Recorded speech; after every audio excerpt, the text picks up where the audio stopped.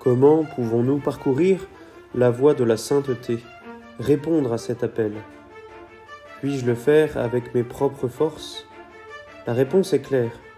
Une vie sainte n'est pas principalement le fruit de notre effort, de nos actions, car c'est Dieu, le Dieu 3 fois saint, qui nous rend saints. C'est l'action de l'Esprit Saint qui nous anime de l'intérieur.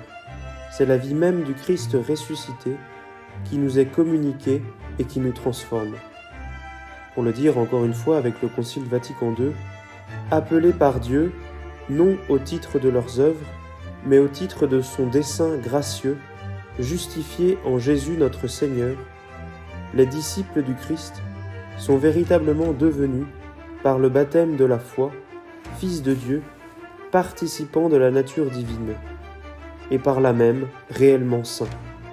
Cette sanctification qu'ils ont reçue, il leur faut donc, avec la grâce de Dieu, la conserver et l'achever par leur vie.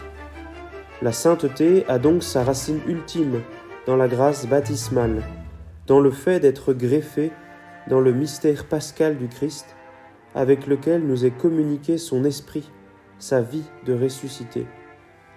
Saint Paul souligne de manière très puissante la transformation que la grâce baptismale accomplit dans l'homme, et il arrive à créer une terminologie nouvelle, forgée avec le préfixe « co ». Co-mort, co-enseveli, co-ressuscité, co-vivifié avec le Christ. Notre destin est indissolublement lié au sien.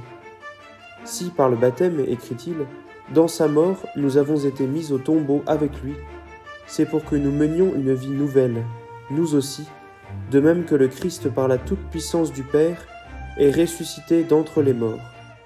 Mais Dieu respecte toujours notre liberté et demande que nous acceptions ce don et vivions les exigences qu'il comporte.